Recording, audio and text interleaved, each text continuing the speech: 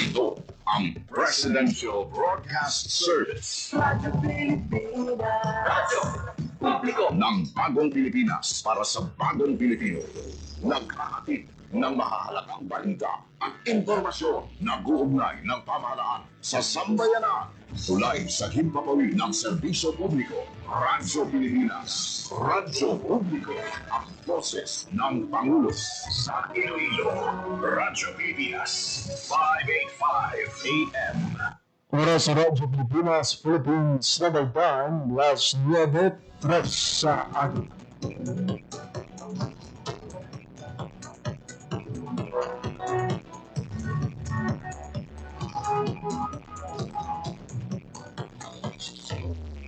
Western Visayas, Panay Island, na tinamaan itong island-wide blackout.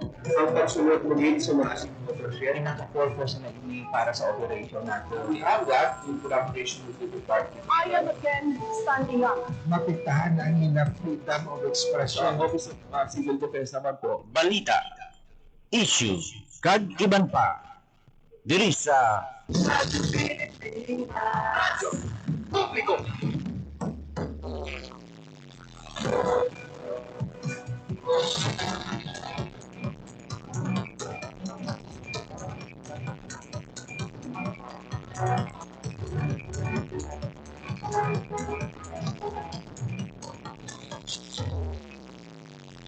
Mayroon Pilipinas, mayroon ay Western Visayas, syudad kag probinsya sa Iloilo kag kutob sa manabutan sang amon pagserbisyo. Kung kaman nga bahis ang kalibutan, naghahatag kami sa katakuran, mayong aga, good morning sa inyong atanan. Magan welcome sa isa naman edisyon sa pagpangalayad sa programa Balita Issue Kadiban pa. At nagkakaroon sa Lunes, Disyembre 22, 2025. Hanggang 3 na kadlaw na lang ang nabilin, Pasko na. Sa pinanda na ko ang alagad, maging kapilingo tubtub alas 9:55 sa mga aga, ako ang ilo alagad, JP Harbas.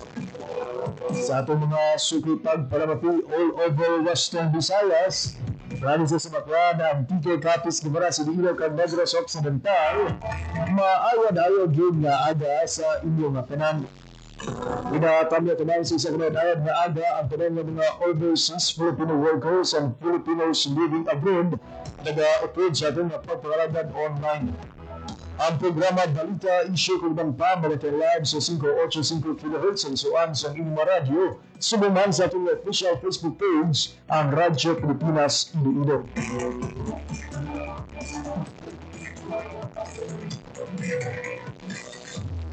Pabiyan sa atong pagparagan sa mga aga, may isa naman kita ka-espesyal na bisita na makaupod.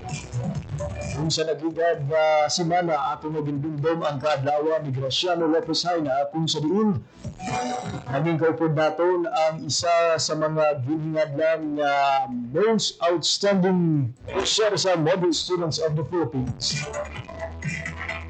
Si katropang Milagros Risto Tanos ang Iloilo Science and Technology University o kung ISATU nadagpahanungdong sa aton sa kaimportansya sa paghibalo sa mga istorya sa ating mga baganihan para mahatagan kita sa dugang na inspirasyon sa atong pagpalangga sa atong puso. Subong nga aga, speaking of learning, of reading the works and words of our national heroes, maging kaupod natin sa atong pagpangalagan ang isa ka Ilonggo na nagsulat sa isa ka libro uhoy sa kay Graciano Lopez Haina. Hindi nga libro mga biyan nga atong ginakaptan sa karon ang atong pag-istoryahan sa hindi damang madugan. Ngayon kaupod natin ang atong sining bisita, the author himself, ang Graciano's Dirty Fingers, Sir Emmanuel Alfreche Lerona. Pero naton ang iya sini mga inagyan ang please matapos ang inyong obra maestro.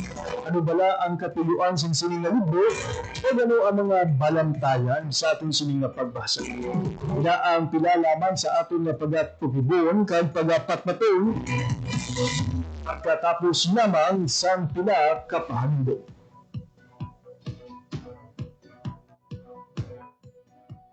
Public service announcement. Isang paalala mula sa National Telecommunications Commission, National Capital Region o NTC-NCR. Ang kanilang Oplan Contra Text Scams. Oplan Contra Text Scams. Binabalaan ng publiko na sakaling kayo ay makatanggap ng kakaibang text messages sa mga di kilalang numero o di kaya ay mga text messages na may kahina-hinalang mga link. Huwag pansinin, huwag pindutin, huwag i-click ang link, huwag i-click ang link.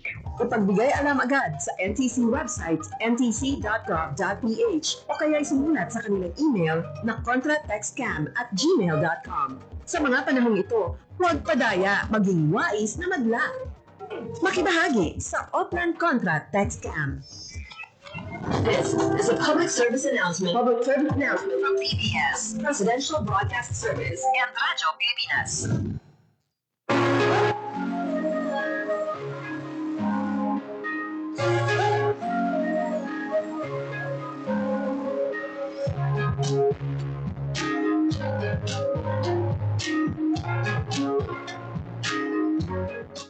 Sabi ko, napakagandang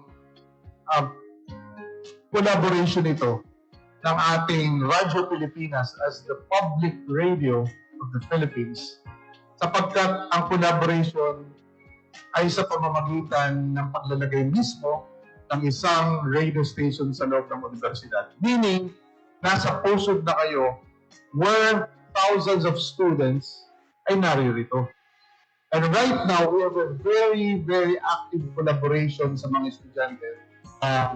As I mentioned, this is really a continuous engagement and it will be a great opportunity to work with the Radio Pilipinas, being our partner, because we believe that the university could not exist without our collaborations. And we have already some initial talks with DG Amparo, Dindo kanina, on how would we maximize the potentials of our students, our faculty in the university.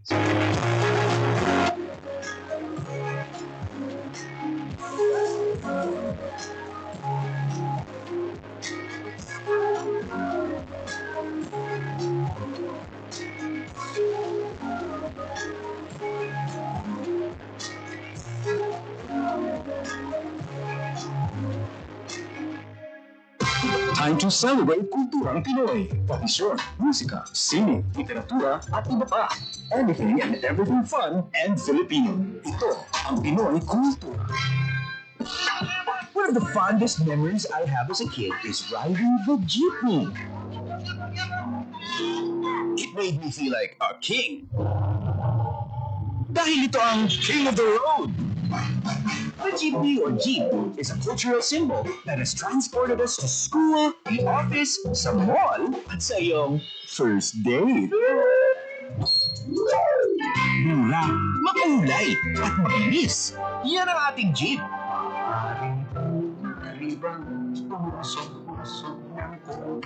Sakay na! Yan ang Pinoy Kultura because our culture is cool. Itinuloy na po natin ang zero balance billing. Libre po. Ibig sabihin, ang serbisyo sa basic accommodation sa ating mga DOH na ospital, wala nang babayaran ang pasyente. Po, ang dami pong challenge, hindi po namin alam kung saan namin kukunin, gano'n, nag-iisip kung paano namin ang mababayaran. Siyempre po, masayang-masaya. Super saya po dahil na zero billing po kami. Po, malaking, ano po talaga, malaking tulong po. Mabilis lang din po. Bayad na ang bill ninyo. Uulitin ko, wala nang kailangan bayaran ng pasyente basta sa DOH Hospital dahil bayad na po ang bill ninyo. Naiyak ako kasi sobrang saya. Maraming salamat po, Mr. President Bongbong Marcos Jr.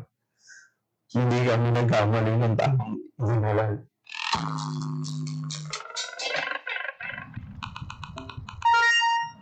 Alam mo ba na ang di kumpirmadong impormasyon ay maaaring maging sanhi ng misinformation o disinformation? Fake news can cost lives. Ugaliin mag-research, alamin kung may mga datos na sumusuporta sa impormasyong nababasa at makikita.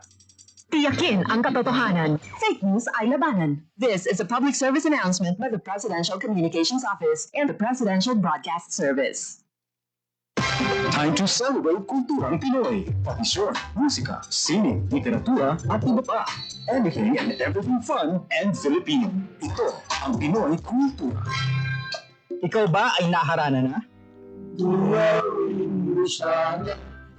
Sabi nila, ang harana ay isang matandang tradisyon ng panliligaw sa Pilipinas na unti-unti nang nakakalimutan. The harana or the serenade first gained popularity in the early part of the Spanish period. Ang manliligaw o nanunuyo ang siyang kumakanta at pag sinuwerte, sila ay papapasukin sa bahay. Pag binalas, water gets thrown at them or sometimes even worse things. There's a website that actually books haranas for you to experience this widely known tradition. Sa iyong palagay, uso pa ba ang harana? Yan ang Pinoy Kultura because our culture is cool. Oras sa Radyo Pilipinas, alas 9:13 na sa aga, sa gihapon nagpamati mo sa pagpangalagad sa programa Balita Isyu Kagaban pa. Earlier na po, naman sa nato nga may ara kita espesyal na bisita na mag-upod sa akong pagpangalagad sa bunga aga. Ito sa omong na makaupod ang author sa libro na Graciano Dirty Fingers. O kaga, ibaro natin, paano bala nagsugod ang ining libro kag ano bala ang katuyuan sa likod sa pagsulat sini. Kaupod natin, naulas na ng ating amigo, gikan sa Banuwasan Animidyan, si amigo Emmanuel Alpeche Lerona. Amigo Eman, mayong aga. Mayong aga, amigo JP, no? Salamat sa oportunidad nga ginhatag mo sa amon para nga makatambong, makahambal kita diri sa aton nga programa sa subong nga aga. Dako gid pasalamat naton man sa kay classmate ko, Ma'am Bing Fabiona, para sa sini nga kahigayunan. Ako, maestro ako, pero subong wala ako maestro tungod kay yun tapos ko ini nga project pagkatapos timing man nga manugkuha kami sang comprehensive exams. So, ang Graciano's Dirty Fingers, ginhatag ini siya ni Justice Ardalesa na responsibilidad sa aton. Ini tungod kay si Graciano, una bes, inunggo ini siya, nakungag ini siya sa haro, pagkatapos ang iyang eksperyensya, bisan siya isa naton sa mga national heroes nga tuman gid kay importante, nakita naton nga sang ulihi starting in 1949, ang sulat sa iya sang iban nga mga propagandista and then later on sa mga historians ginpakanubo ang iya nga role sa aton nga history. So ang tinutuyo naton diri is kung paano naton makita kung ano gid man bala ang mga kamatuoran nga tuhoy sini sa iya para nga maaton gid mapat-od kung tuod gid man bala ang mga akusasyon batok sa iya o kung ini mga pato-pato gid lamang kag sa pagkamatuod gid gali ang aton nga nakita natukiban gid man naton nga tudtuod gid niya nga hero nga may tudtuod gid dayon nga kausa nga ang makabenepisyo ang pungsod nga Pilipinas kag mga Pilipino. Ayun. Migo Eman, can you give us an details sa sining libro?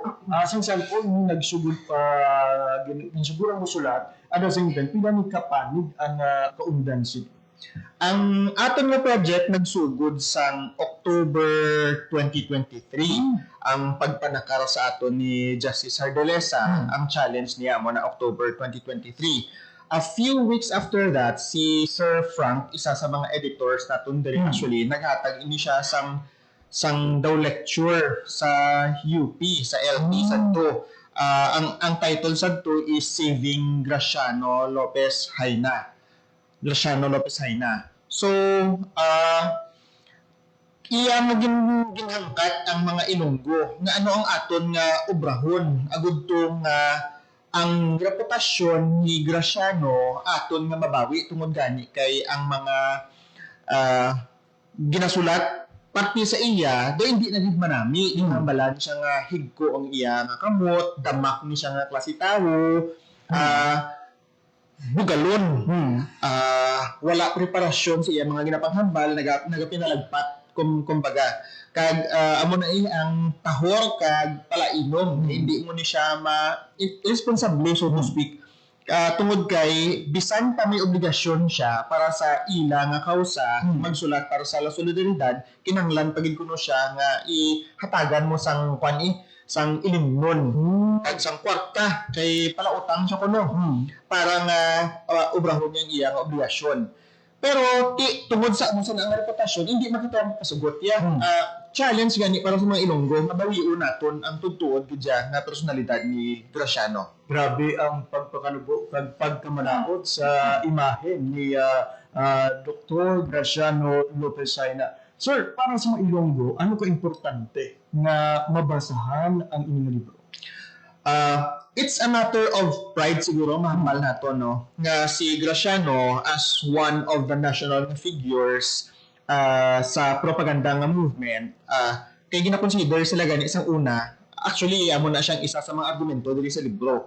Nagsugod nga ginakabig ni sila ni Jose Rizal, si Graciano, kag si Marcelo del Pilar nga the great triumvirate sang Philippine propaganda movement.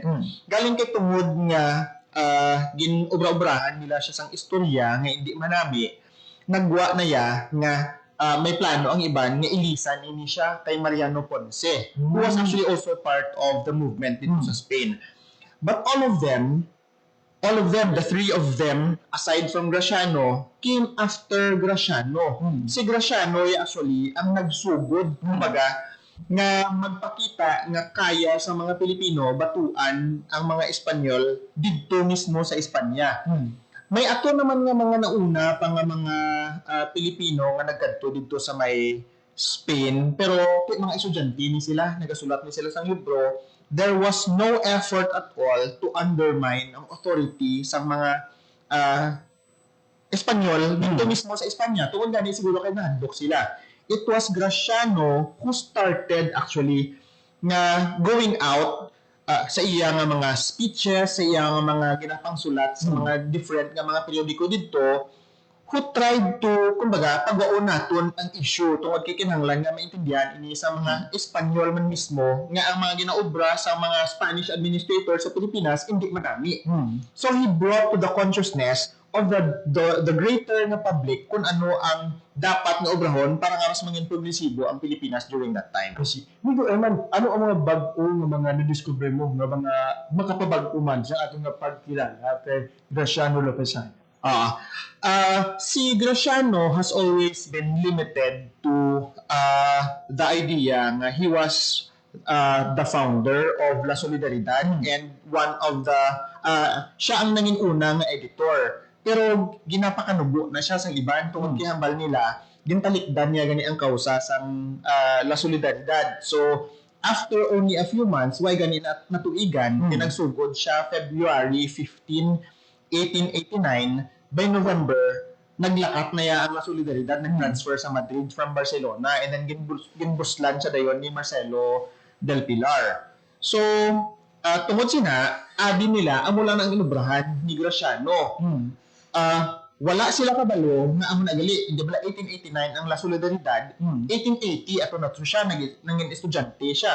By 1881 naghambal na ini siya, naga-participate na ini siya sa different nga mga activities dito sa Spain. He became part of the Partido Progresista Republicano, one of the big nga mga factions dito.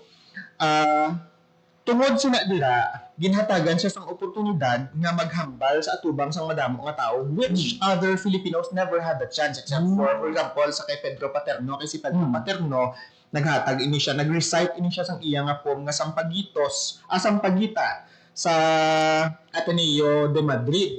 But that's a small venue actually. Kay do pareho na ni siya nga daw eskwelahan, tapos do may mga gamay bala nga kwarto do MILC kumbaga nga makahambal ka to share sa ibang nga tao. Si Graciano during the celebration sang anniversary ni Columbus, hindi ko na madumduman kung what particular nga number of years bala.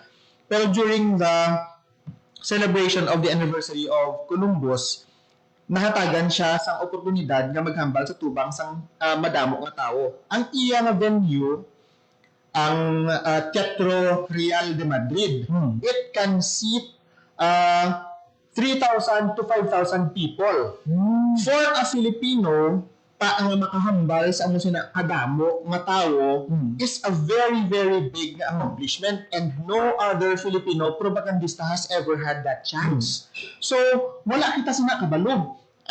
Nasulat na siya sa una pero wala na siya na highlight tungod gani kay din pakamalain na siya mo.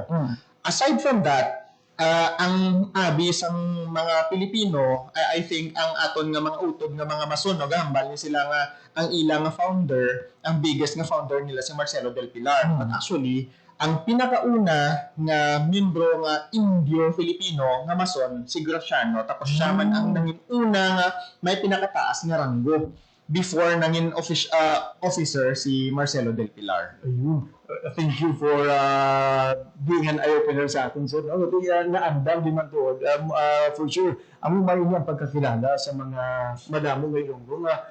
Sa sulat, niya nag-excel si Graciano. Pero public speaker man siya gali. And hindi lang basta-basta ang iya sining nga crowd dito sa Espanya. I think actually ang ginsulat sa early nga mga historians pati kay Graciano is orador din siya. So orator siya, tapos amo na galing kay ang ilang nga ginahambal is limited lang ni siyang iya nga engagement sa different nga mga clubs. Do amo na bala dako ka pero gamay ka man sa gihapon. Pero kung nang tawo naton ang existing nga records, actually no, dako gid siya nga tawo tungod kay nagatubang siya sa very very big crowds. May iban pa gid nga mga events actually nga he had more than 5,000 people in a crowd also. Hindi lang na sa Madrid but nadalaya man na sa may Barcelona, especially after sang 1889 na. Kay pag-transfer to sa ibang Pilipino sa Madrid, nagpabili ni siya sa may Barcelona. Ayun. Migo Eman, sa mga nagakatingala, ang tig-ulo sa imo sa nga libro, Graciano's Dirty Fingers. Ano ang istorya sa likod sa sining tig-ulo? Amo gid ni ang daw medyo controversial intindihan ko kay kiti daw tugo man naton nga gamiton ni siya naton. Ang Graciano's Dirty Fingers naghalin sa ideya nga palapnag ni Jose Alejandrino nga nangin roommate ni Jose Rizal actually kag nagbulig sa iya agud to nga mabalhag ang El Filibusterismo. So nabalhag ang El Filibusterismo sa Ghent sa may Belgium. Kag upod niya dito si Jose Alejandrino. So si Jose Alejandrino may ginsulat nga libro nga na-publish sang 1933 in Spanish. Sa iya nga original nga Spanish nga text wala pa sang bahin nga naga-saysay parte sa iya nga eksperyensya pag-upod niya sa kay Graciano. Pero sa 1949, sang gin-republish yan may English nga translation na all of a sudden, may na-include na siya nga very short nga portion parte sa kay Graciano, kag tidto yan ni ginsulat nga amo na. Kag sa iya ginagalin ang idea nga gapinalagpat ni kuno si Graciano dama. Specifically, gambal siya nga si Graciano tungod kay mahilig ni siya nga mag-inom, ginapainom siya tapos tahor pa siya. Kung sa kapihan kuno ang paborito niya nga sumsuman, sardinas sa lata. So ginakuot niya gamit ang iyang tudlo lang. Ang sardinas, ginadilapan niya ang kamutya, ginapalhit niya sa iyang kwelyo. So amo na siya ang dirty fingers ni Graciano. Pero nga, ang gamito naton, nga gingamit ko ang dirty fingers sa libro nga supposedly pambawi sa kay Graciano. Kabalo kita kung ano ang other meaning sa dirty fingers. So, sang ginsuguran naton, investigaran ang tanan-tanan nga mga pato-pato ni Alejandrino kay Graciano, nakita naton nga ay hindi nigili matuod. Sa malipot lang nga pulong, kay para nga may rason man ang aton nga tagpalamati nga magbakal ka magbasa sang libro, hambalon ta lang nga ang timeline wala nagaangot. Nga sang tener na si Alejandrino sa Madrid, wala na to yan si Graciano. Ato na to yan si Graciano sa Barcelona.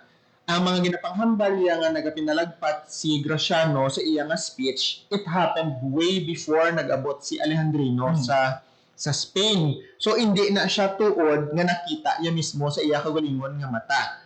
Either nga nag-imbento si Jose Alejandrino or may naghambal sa iya nga amo na siya nagtalatabo nga ginpatihan niya man. Buot silingon may smear campaign against sa kay Graciano. So ang obrahon naton is gamiton naton ang dirty fingers batong sa mga naggrapta sa malain nga hambal against kay Graciano. Ayun. So, kumbaga, siyempre, Espanya pa lang sir, no? Naknago na ang mga misinformation fake news na kung matawag natin sa karoon iyan na panin po.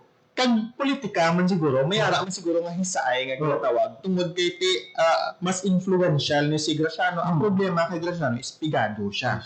Pigado lang gid siya tungod kay naghalin siya diri sa haro pagkatapos ang iya pamilya hindi man gid nang makasarang wala. In fact, ang iya nga gingasto didto hindi pa halin sa iya mismo kaugalingon nga pamilya sa ginikanan niya kundi sa pakaisa niya nga may negosyo ya dito sa may Negros, sa may Silay. Sir, bali, ang kaunggan sa nga libro, ano sa sir, tunga into chapters focusing on the life, works, or ano sa sir, komentaryo, ano siya? Ang aton subtitle sa libro natin actually is Updated Archival Historiographical Biography of Graciano Lopez Haina. Archival siya tungod kay nagbalik kita sa primary sources as much as possible. Wala kita nagapati. Hindi naton basta-basta batunon ang ginapanghambal lang, ang ginasaysay nila parte sa kay Graciano. Ang aton nga ginubra is gin-check naton ang tanan-tanan nga primary sources, ginlantaw naton ang mga sulat halin kay Rizal pakadto sa kay Graciano, ang sulat ni Graciano pakadto kay Rizal, kay Marcelo del Pilar, kag sa different nga mga miyembro sang propaganda movement. So wala ni gawa kita dili sang komentaryo nga ginubra except sa last na portion na bahin-bahin ini naton ang libro sa 13 ka chapters. Medyo malawig to siya. Oo. Ang first part nga hasta sa chapter 5 parte limited ini siya sa iya nga background diri sa Iloilo kay gintestingan gid naton establish kung ano ang rason kung nga ang may amo sini nga personalidad si Graciano nga daw gusto ya gid nga magreklamo tuhoy sa mga abuso sa mga kolonyal nga mga masters naton diri sa Iloilo kag sa Pilipinas hasta nga sa part 2 nagkadto na siya dito sa Spain kag kung paano ya ginpa sangkad ang iya nga paminsaron agud to nga maka-advokasya siya para sa kausa sa mga Pilipino dito sa Spain. Grabe, amigo Emma, no? Just by listening sa imong recent answer, do ma-imagine ko kung ano kabudlay imong sining inagyan. And to share with our listeners, ano bala ang mga inagyan nimo para masulat ang inyong bag-ong perspektibo sa maragtas ni Graciano Lopez Haina? Ang aton inagyan dire siguro grabe nga swerte ang aton nga mahambal nga natsimpuhan ko lang gid no kay kun ginobra ko ni siya let's say early 2000s imposible nga matapos ko ni siya in so short a time sa sulod sang duha lang gid ka tuig. Pero tungod kay hindi man ako kabalo mag-Espanyol. Although may mga kilala kita nga kabalo mag-Espanyol. Nag-research kami sa 2004 and we had to pay translators para mag-ubra sang translations para sa aton. May iban nga mga libro, for example, ang correspondences ni Rizal kag ni Graciano may mga existing naman nga translations. But all the new information nga nakuha na naton sa archives gid mismo sa Espanya, available online, ara man sa different nga mga repositories online. So, because of new technology, including AI actually, nakita na ni naton ang mga records. Kag ang previously hindi accessible sa aton tungod kay hindi kita kaintindi sang Espanyol, pwede naton magamitan sang AI. Now, of course, there's always the question. Ako mismo skeptic ako. Amo na siya ang ginatudlo ko sa mga estudyante ko. Never gid kamo nga basta-basta lang magbaton ng impormasyon.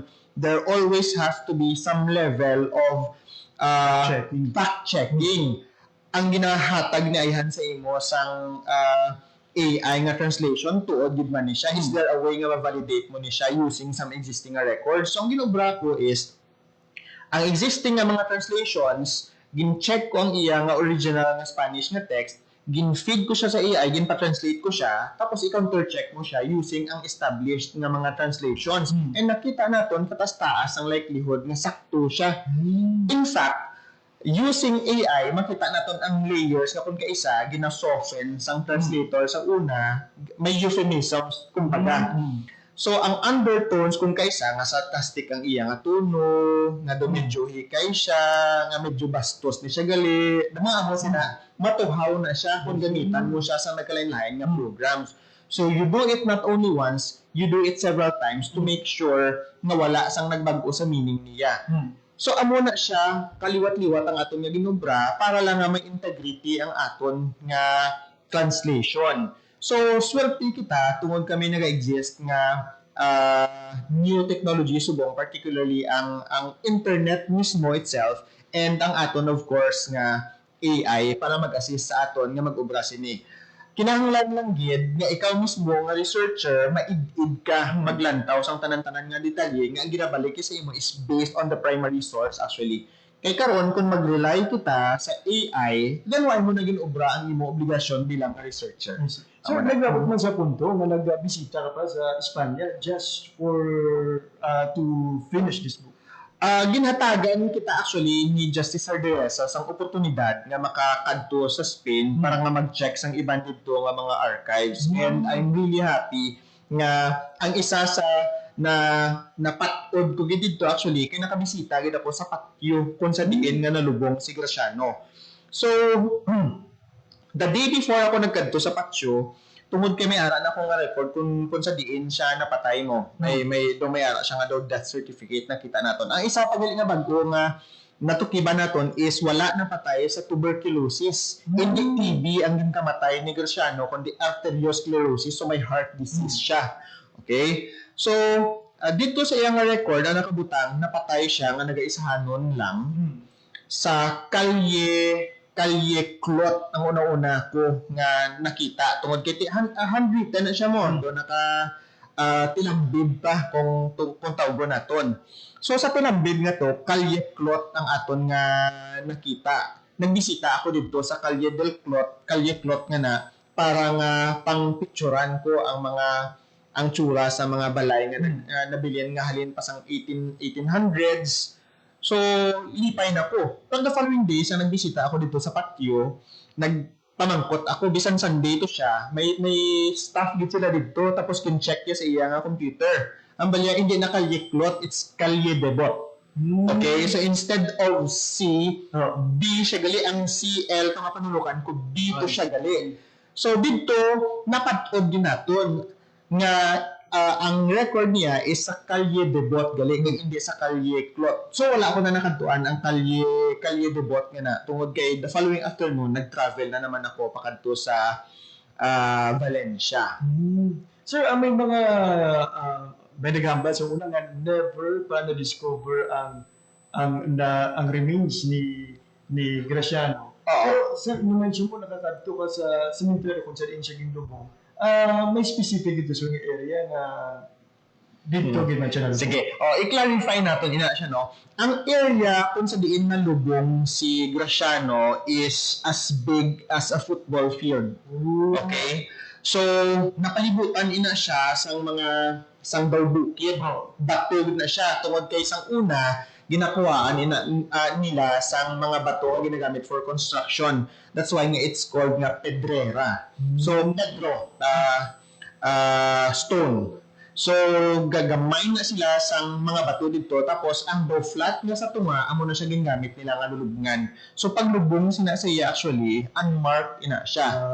Unfortunately, wala sang Pinoy nga naka-witness kung sa diin siya exactly ginlubong. Kag kung sino man to ang grave digger siguro, wala na mark kung sa diin specific nga area. Kag by the time nga nag-effort ang Philippine government nga i-retrieve ang iya nga bangkay, wala na sang witness na makapinpoint kung sa diin siya ginlubong. Unlike Marcelo del Pilar who was actually buried on the same cemetery. Si Marcelo del Pilar na-retrieve nila sa 1910s. Si Graciano wala gid na-retrieve. So ato gito siya until now nalubong. We cannot find it anymore aside from the fact nga waay siya sang witness kiti pwede mo na tani pa okay kung may man nalubong galing kay sang 1930s gingamit ina siya sang Spanish nga government nga lubngan sang victims sang Spanish nga Civil War.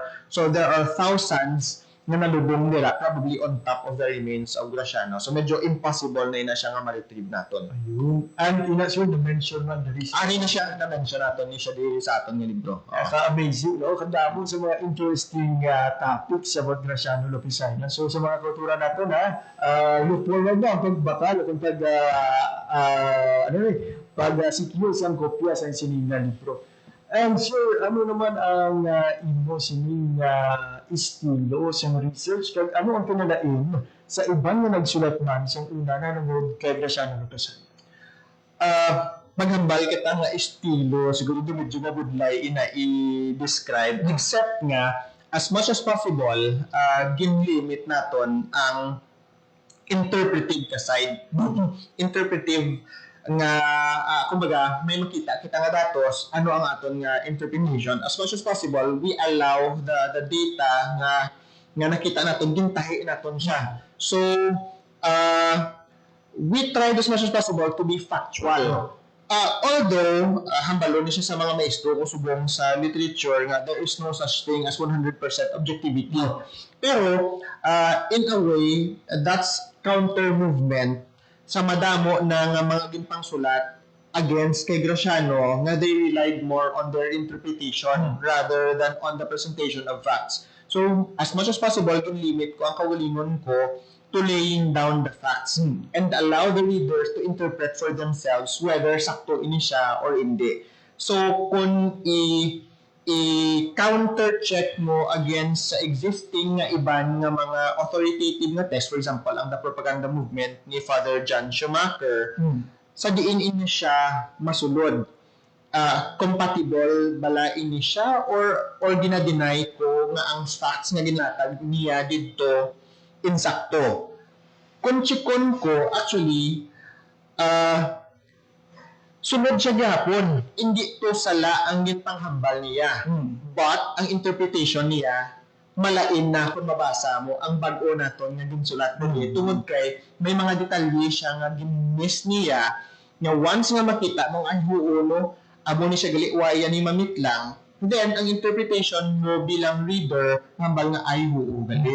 So, hindi niya siya tuod na traidor siya. Naging talikdan niya ang pagka-Pilipino niya, and so on and so forth. So siya ba, may mga listeners kita nga matingala o kung mahambal nga kung mo ilunggo man ang nagsulat sa sining na libro tukoy kay Graciano Lopisana, puro dayaw lang pala ang inyong libro.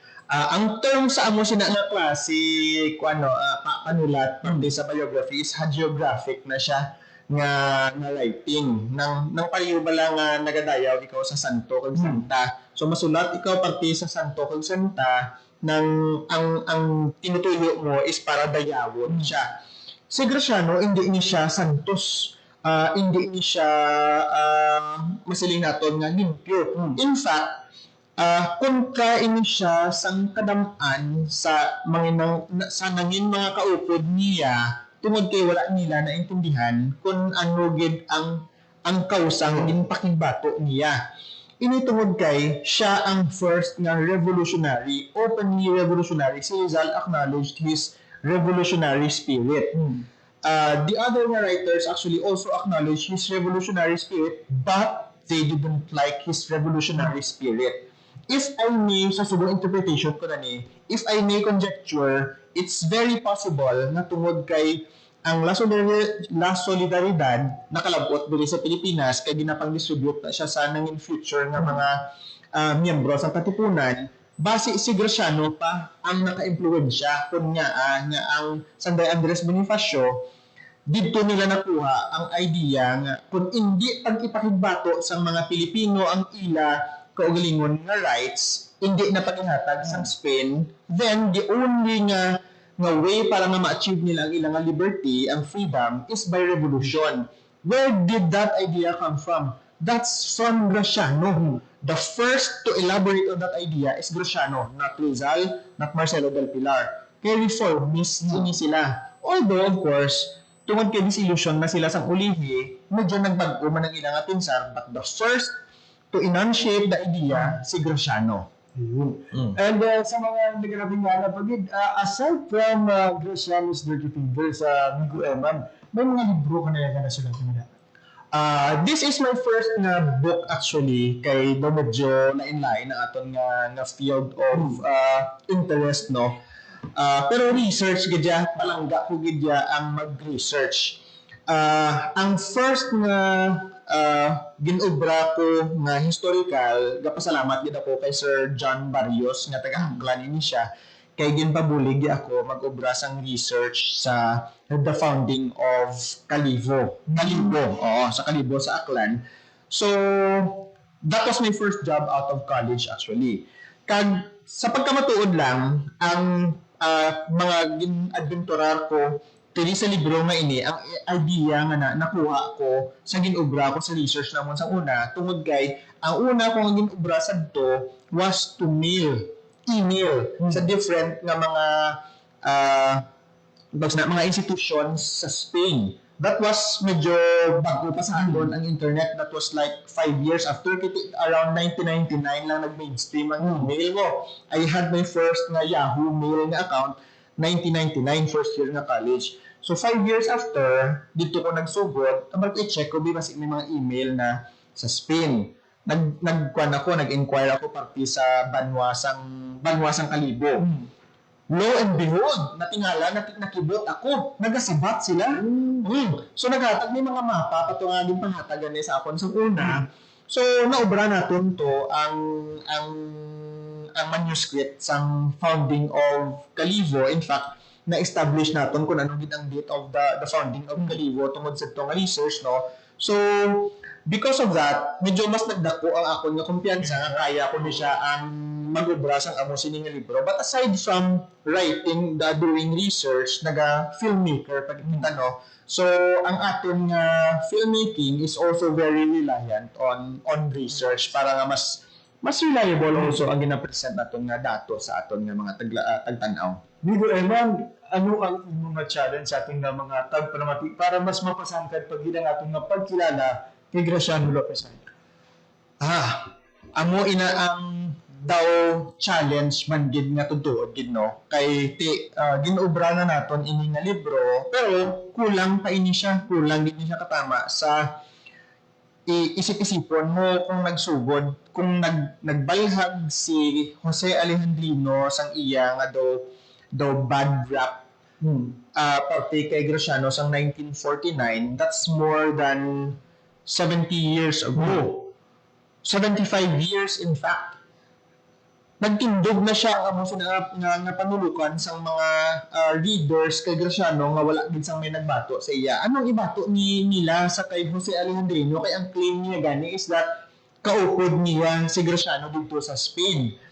So, paano naton batuan ang 75 years of bad na reputation nga gin-establish na kag gindugangan pagid sa iban nga mga historian sa ilang mga libro?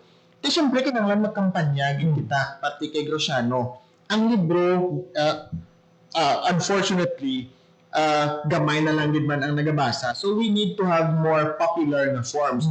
Kung pwede pa mahimo kita sang libro nga mas nagakaangay nga basahon sa mga pamatan-on or sa mga mas kabataan. Hindi ang different nga theater groups, for example, ang aton nga kaupod sa sang pag-launch naton sang libro, tinara sila nga daw play nga gin-prepare ang excerpt gin-perform nila sa aton nga book launch. So more of those theatrical nga performances para makita sang kanamaan. Pwede yan makaobra sang documentary, basi obrahon na namon. Pwede kitayahan maka-ambisyon nga mahimo kita sang singing, nga pareho man abi sang Goyo, kon sang Quezon, o kon sang General Luna. Basi pa lang mangkat nato ng mga Ilonggo, kay ti daw damo man da siguro sang gusto nga may ara man nga Ilonggo nga production nga mapagwa man bala naton kag mo-offer naton nga tanawon sang bilog nga Pilipinas. Nga abi hindi. Kung amo na ang rason para nga mabawi naton si Graciano kag mapakita naton nga ang Ilonggo dako ang nanging kontribusyon sa paghurma, pagdihon sang consciousness sang paminsaron sa mga Pilipino sa pagka-Pilipino nila nga abi hindi. Okay na. Migo Eman, now we understand ang English, hindi niya mother tongue sa kalamaan ng Ilonggo. May aram nito plano migo nga mag-i-translate ini into Hiligaynon para mas mahampan sang mas madamo pag yun mailonggo. Isa ina siya sa napaminsaran ko na nga siguro mga offshoot sa kamo sining project kay para nga mas mapalabot gid man naton sa mas madamo pag gid nga mga manugbasa i-simplify natin kini medyo academic di man siya mo although ang language ya mismo is medyo gin-try gid namon sa mga editors na simplified gid siya pero ang iyang format mismo is medyo academic kay damo pa gani sang footnote na dira. So base pwede naton mas mapasimplify lang kag ma-translate pa naton probably sa Filipino kag sa Hiligaynon kag sa Kinaraya para nga mas madamo pagit ang makabasa sa iya. Sa una may mga comics pag iya ginugura mo. Unfortunately daw wala sang comics kay Graciano. Pero sa iba niya mga heroes like for example aware ka na siguro mga Tandang Sora, Gabriela Silang, kung sino pa da pero kay Graciano wala. So maybe we ought to do something like that. Yung moving forward, na pinaagi sa sininga libro, magabukas ang mas madami pang form of media o na form of output no, na mas makilala naton si Dr. Graciano Lopezano. Pero for information sa atong mga tagpalamati, hindi lang pure text ang kaundan sa sininga libro. Madami man sa mga pictures nga naka-attach para mas makilala natin kung ma-imagine kung ano ba na ang ginatumod sa mga sulat sa sulod sa sininga libro. And gusto naman na magpalagay pa, pero pansyerting, limitado lang ang oras na nabilin sa atong pagpangalagad. Siguro, before I throw the last question, for sure you are not alone in this journey. Madamo sa mga grupo, you mentioned na Justice Ardilesa, kung ibang pang mga organisasyon na nagbulig sa inyo, may mga luwag ka ba na pasalamatan? Ang una-una kung hindi ka pasalamatan of course is si retired Associate Justice Francis Ardilesa kag ang Friends of UP Visayas High School Foundation tungod sa ilang nga pagsalig nga masarangan naton nga obrahon gini nga libro. Of course damo pagid especially ang mga libraries kay mga archives nga nagbulig sa aton para nga makita naton ang mga different nga records no kung sa diin ang datos naton ginkuha naton. Pero sa subong importante gid nga for our next steps moving forward, niara kita nga na-identify nga mga partners nga nag-signify na sang willingness nila kung paano naton mas pasanyugon kung kausa ni Graciano. For example, naghatag na sang iya nga commitment nga magpasa sang legislation, city ordinance, damo sang possible nga measures mo. Si Councilor Sedfrey Cabaluna naghatag siya sang commitment nga mangita siya sang paagi kung paano pagid naton mas mapasagyog ang legacy ni Graciano. One of the specific things nga ginpangayuan naton sang bulig sa iya is ang petisyon naton sa DFA. I-try naton wala pa sang nag-exist nga petisyon pero gusto naton magpasa sang petisyon sa DFA para nga mag-request makita sa Spanish nga government nga pasugtan kita nga magpatindog sa bisan gamay lang gid nga marker didto sa kung sa diin nalubong si Graciano as a way of offering man sa iya kay may makita man ng mga tao nga diri ni siya si Graciano kay hindi naton ma-deny nga ang mga monuments actually nagaserve na siya para nga ang mga tao ma-recall ang legacy sa isa ka tao. So aside from Councilor Sedfrey Cabaluna, we also have the commitment actually. May ara kita nga nabaton halin sa iya nga staff nga si Congresswoman Jam Maronda nagpasalig man sa aton nga base sa level niya sa Congress base pwede man kita maka-propose ang legislation doing the same para nga multi-level nga efforts kita. I-try man naton approach base kung pwede naton i-approach diri wala ko pa naobra no pre-approach ko ang diri sa province naton para nga miyara kitang effort halin sa city miyara kitang effort sa Congress miyara kitang effort halin sa Iloilo province para nga maobra ni siya naton nga liwat hindi lang siya limited kay hindi lang sa Lopez na dito lang naton gina-celebrar sa Iloilo so abit nila local hero lang si Graciano. No, hindi ni siya local hero lang.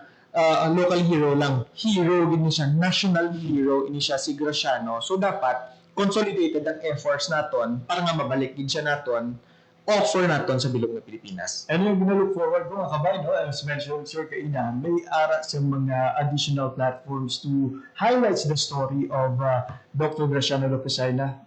Kabay nga sa sunod, may short film na kagabuning pagwa bala sa mga airport, sa mga pantaran, sa terminal. So while ang mga passengers natin nagahulat sa ila sa mga flight, once sa ila sa mga biyahe, makilala si Dr. Graciano Lopez Ayla. Lastly, Migo Eman, sa mga lunyag maka-obtain sa kopya sa sininga libro, ano wala ang proseso kag paano wala makasuporta sa Graciano's Dirty Fingers? Sa subo, nagapangita kita sa paagi kung paano pagidaton mahimo nga mas available ini siya ang aton nga Graciano's Dirty Fingers. Kag iban pa, actually may iban pa man nga libro nga natapos na ang amon nga foundation. Pangitaan tagid nga base online store makaput up kita, pero sa subong dili sa Iloilo nagistorya kita sa Tag-iya sang Thrive Art Gallery na sa lapit sa Quezon Monument bala Atria. Sa Atria. So mabilin kita dito sa pila ka kopya base may mga interesado nga mga Ilonggo pwede sila makahapit dito kag magbakal sang kopya. Pero para masapo sa ila pangitaan tigid sang paagi nga makaput up kita sang other nga stores pagid or online nga mga links nga maka-order sila. Ayun. So moving forward na madamo pa rin ang makabasa sa sining libro kagabay nga ang inyong kaundan sa libro magapabag-ugid sa aton nga perspektibo kag mag-counter sa tanan ng mga pagyaguta, pagpakanubo sa kay Dr. Graciano Lopez Ayla. Migo Eman, gusto naman magagabay pa sa mga dugang pamangkot but we only have limited time sa ating sining pagpakalagad. Sa luwat, madamong salamat kag padayon. Madamo nga salamat gid sa sinina kang gayunan nga kita nakahambal kag dugang man sang inibalo sang aton nga tagpalamati pati sa kay Graciano Lopez Ayla. Salamat gid amigo JP. There we have it, mga brand. Si Amigo Emmanuel Alberto Llerona na atong sininga abyan anay manunudo sa University of the Philippines Visayas kag ang author sang Graciano's Dirty Fingers. So again, we're encouraging everyone to check sang sining libro no, para mas makilala pa natin sa lubos ang kabuhi kag kaisog ni Dr. Graciano Lopez Ayla. While kita sa oras ginabilin sa ating siling pagpakalaga, dali naglimang kuto na itong edisyon sa mga adlaw sa Lunes, Disyembre 22, tuwing 2025. Sa kalagi lamang sa aking mga katuwang technical, Mr. Alan Defante sa studio, kag Mr. Richard Jones sa tahero sa transmitter. Ako naman ang inyong alagad, JP Harbas, madamong salamat sa inyong pagpamati. Maayong aga, Pilipinas. Balita, issue, kag iban pa. Diri sa Radyo Pilipinas. Radyo Publiko. Radyo Pilipinas. Ang inyong tulay sa himpapawid ng serbisyo publiko, ang Presidential Broadcast Service, Radyo Pilipinas, Radyo Publiko. Radyo Pilipinas. Radyo Publiko. Kinilala ng pag-international at prestigyosong Asia Pacific Broadcasting Plus Awards 2025 para sa kategorya ng Government Streaming. Ito ay dahil sa epektibo nitong pagsasanib ng mga tradisyonal na media tulad ng telebisyon, radyo at print para masabayan ang mabilis na pag-inog ng mundo ng digital at social media tungo sa mas epektibong paghahatid ng mahahalaga at napapanahong mga impormasyon sa mamamayang Pilipino. Kinilala rin ang Radyo Pilipinas dahil sa patuloy na pag-akyat ng rating. Ngayon ay matatag sa pang-apat na pwesto sa Mega Manila ayon sa pinakahuling Nielsen Radio Audience Measurement Survey. At sa social media, nakamit ang higit 2,000% pagtaas ng bilang ng mga sumusubaybay sa Radyo Pilipinas page sa unang bahagi ng 2025. Patunay ito na ang inyong Radyo Pilipinas Radyo Publiko ay tunay na kaagapay ng inyong pamahalaan sa paghahatid ng serbisyo sa mga mamamayang Pilipino. Mula sa aming lahat, sa ngalan ng inyong pamunuan at mga kawani ng Presidential Broadcast Service, kasama ang inyong mga himpilan ng Radyo Pilipinas sa buong kapuluan. Maraming salamat po sa inyong lahat, sa inyong pagtangkilik at pagkilala. Radyo Pilipinas. Radyo Publiko. Radyo Pilipinas. Radyo Publiko. Radyo Pilipinas.